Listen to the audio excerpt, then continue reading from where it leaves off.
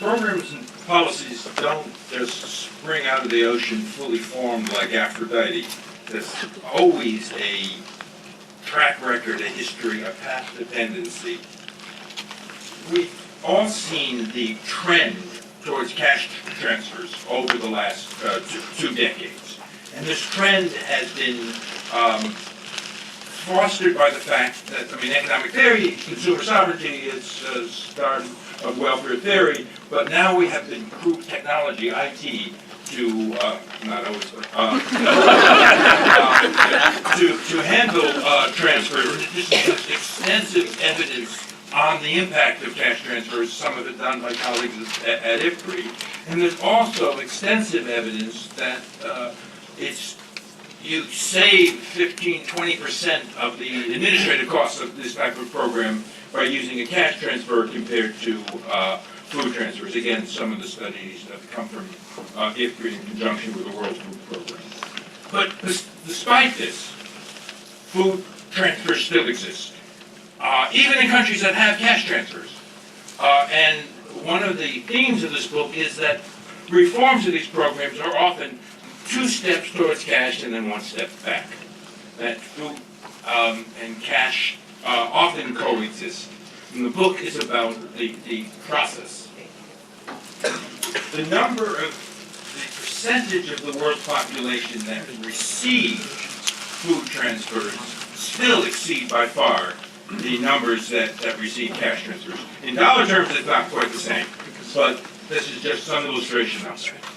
Another illustration, I do not want to go into details now, just to show you the complexity of the evolutions of these type of programs. Mexico, for example, going forward, backwards, forward, on both targeting issues on how much cash, how much food. As I said, this is just to illustrate the complexity. I'll go into a couple of illustrations further down. But I want to first indulge a metaphor. Analogies often don't work, but I'll try it. There's a famous essay by Stephen Jay Gould called "The Panda's Stump." He points out that pandas have a spur on their paw, on their wrist, a bone that comes out that serves like a thumb. It's not a thumb, it's not jointed, it doesn't have the flexibility, but it evolved that way to help strip bamboos. And his argument is, even though it's not perfectly designed, the jury-rigging of that digit serves the purpose fairly well. And I argue that that's true of many of the programs that we deal with. They're jury-rigged sometimes. They are not what you would design if you were starting from scratch, because you're not starting from scratch. But often, they're still quite effective in their objectives. Case study of that, the first one is SNAP, the food stamps in the United States. It's been around, it was piloted 80 years ago. It came back, food commodity transfers then crowded it out. It came back in the 60s in terms of the food stamp program that has evolved as it's extended. It was promoted particularly in the late 60s, early 70s. The coverage came out. They changed it. They did no longer a purchase requirement. It became an entitlement, which had budgetary implications. It finally become electronic. It's like a debit card instead of stamps. There used to be stamps. The cover of the book shows the printing of the stamps early on. It's evolved, but it is still a food-based transfer and not a straight cash transfer. It is still coming out of the legislation for agriculture every so many years when it comes up. It's the food stamp is incorporated into that umbrella legislation. And it runs in parallel with a fairly large in-kind transfer in the WIC program, the Women, Infant, Children program, which runs in parallel with the pseudo-cash program of SNAP. Another example, Progressive, you've all heard how it came out with a cash transfer, unconditional cash transfer, major transformation of Mexico's system. That's true, but it wasn't an overnight transfer as the story sometimes is. It experiments from the 80s and early 90s on new ways of targeting with electronic recording. Eventually a debit-type card that was authorized in a pilot program at health clinics, already made conditional that way. And then the cash transfer that went on. And even so, even with this successful story, you've all heard the story, Mexico has done in-kind transfers in parallel. For many years it had the PAL, a commodity transfer in communities that were not served for various reasons with Progressa and its successors. Even with PAL finally, recently being absorbed into Prospera, which is the current successor to Progressa, even so, there's still a variety of food-based transfers in Mexico. Over 30,000 retail outlets run by the government. Milk transfers, VAT exemptions on food, which are a subsidy of the type. The VAT exemptions are by themselves are 1% of GNP as a subsidy. So although they have successfully transitioned to a cash transfer program, they have not fully abandoned food-based programs as well. Sri Lanka probably has gone further towards cash transfers over a period of years. It had ration shops with different prices, sometimes free, right from the 1940s till 1979. Each successive government, which changed regularly, changed the prices or the quantity or the name regularly, but they tried food stamps in the 1979 and eventually put in a cash transfer program which went up and down depending again on the government. At the same time, running subsidies on wheat imports. All of this back and forth during a period of decades, over 30 years. It's finally pretty much a cash transfer from the social protection side, yet 900,000 children and pregnant and lactating women receive food supplements as part of the Voucher program. Again, it's still a mix. Egypt again started a ration shop in the early 40s. And you can still see much of that program now. It's gone up and down. Inflation has led to different prices. Foreign exchange means sometimes as much as 7-8% of the total government budget was to subsidies alone. Only recently have they made a substantive reform, trying to go over to the fact that it is more or less going towards a debit card type of approach, where you can switch between commodities instead of having a specific so many kilos of rice, so many kilos of tea, etc., as it had for, as I said, for decades. Even there, the reforms are going in parallel with a relatively small cash transfer program, at least small as in terms of coverage so far, and which direction it's going to end up, or both, is still quite unknown. These 6 case studies I've given 4 so far. 2 more are the case studies that the book covers, by the way. I didn't mention that. India, again, a ration system started in the 40s and still around today, despite various reforms, various changes. And it's fairly decentralized. Different states have slightly different programs. By far, well, this is India, almost everything in India is the largest in the world as far as numbers of recipients or programs. It is also constitutionally supported. The Supreme Court said that everybody has a right to food, and the way that it's going to be done is through, right now, the targeted public distribution system. And there's a bit of a tension with the program. Is it a price stability program, both for farmers, because it's tied very much to the public procurement of grain, and also for consumers, or is it a cash transfer implicitly in the price of your rations compared to the open market price? There are tensions in that, and they are not yet been fully resolved. There's some pilots on cash transfer, very small at this point. But again, it started as an urban program to protect consumers, and it's become a rural, largely, not totally, rural program to support income. It's had a history of inefficiency discussed in the book, that there have been some progress on that. Indonesia is sort of different than the other programs because it's a latecomer relatively to food-based transfers.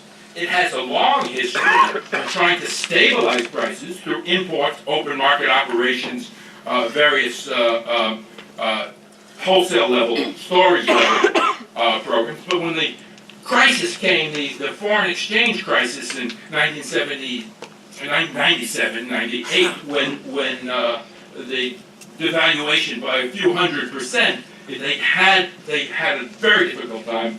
They couldn't handle the macroeconomy, so they couldn't handle the prices. It was very difficult. They started doing a in-kind transfer program, Raskin, which is still around. Now, Raskin's is interesting in one respect. It's a supposedly guaranteed amount per household. There's a lot of distribution problems. But it allows Indonesia to have amongst the highest rice prices in the world. I don't know if they could do that if they didn't give relatively cheap prices to the low-income consumers. At the same time, they give high prices to producers. And again, it has a cash transfer. It's had a cash transfer for, I don't know, a decade or more, various types. Fairly, they're exploring going further in the cash transfer at the same time as having public retail outlets. Okay, so there's a couple of general themes that come out in this book.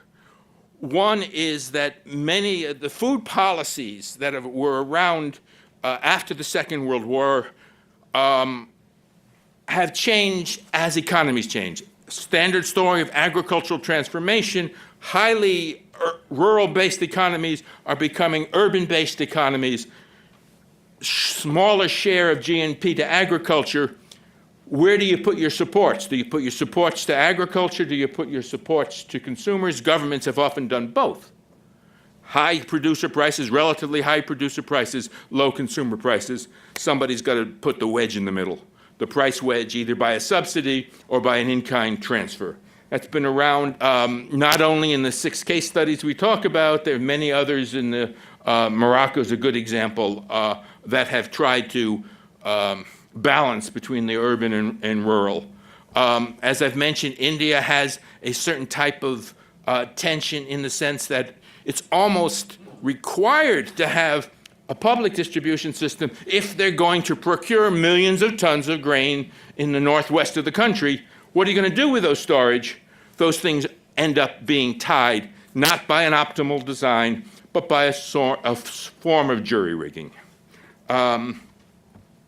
So another general theme that comes out of this book is that crises, macro crises, political crises, even warfare, are opportunities or challenges that change your food policy. As I've mentioned, many of the programs we looked at this book were initiated because of the crisis of World War II and the inability to move grain between countries and to provide grain due to resources going to war. They stayed around, and sometimes they stayed around inertia, stasis, and then a macro crisis comes, a foreign exchange devaluation or something. Governments have to then respond, and they often then get the stimulus to address the stasis, to address the inertia. Indonesia is an example of that. Mexico's another example. Progressive came in right after NAFTA was approved by the U.S. Congress. A month later, there was a large uprising in Chiapas.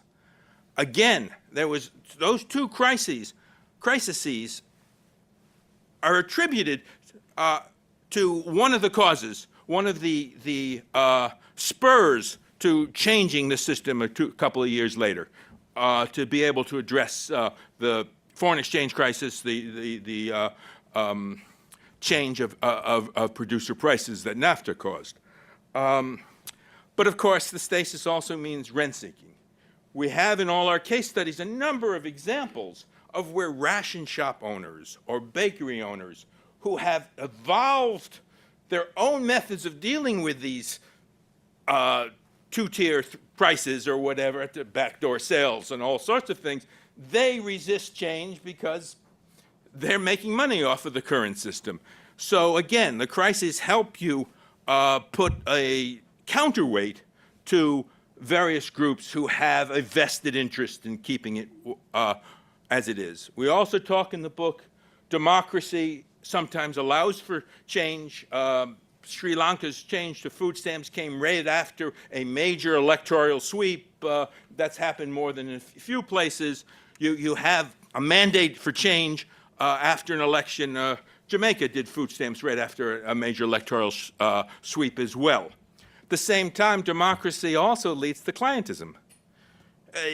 Every election in India, national election, some new cash transfer, some new subsidy is introduced as part of the electoral campaign. Don't know how much follow-through there is, but it's a regular campaigning tool.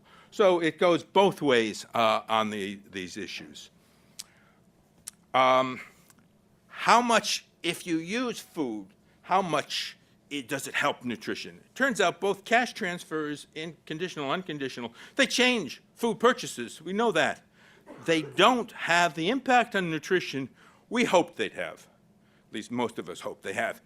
That's because they really need to be linked with behavior change communication, water and sanitation programs, and Mexico and Sri Lanka mentioned also have food supplements given, targeted towards the needs of young children or pregnant women. That mix probably works better than cash alone.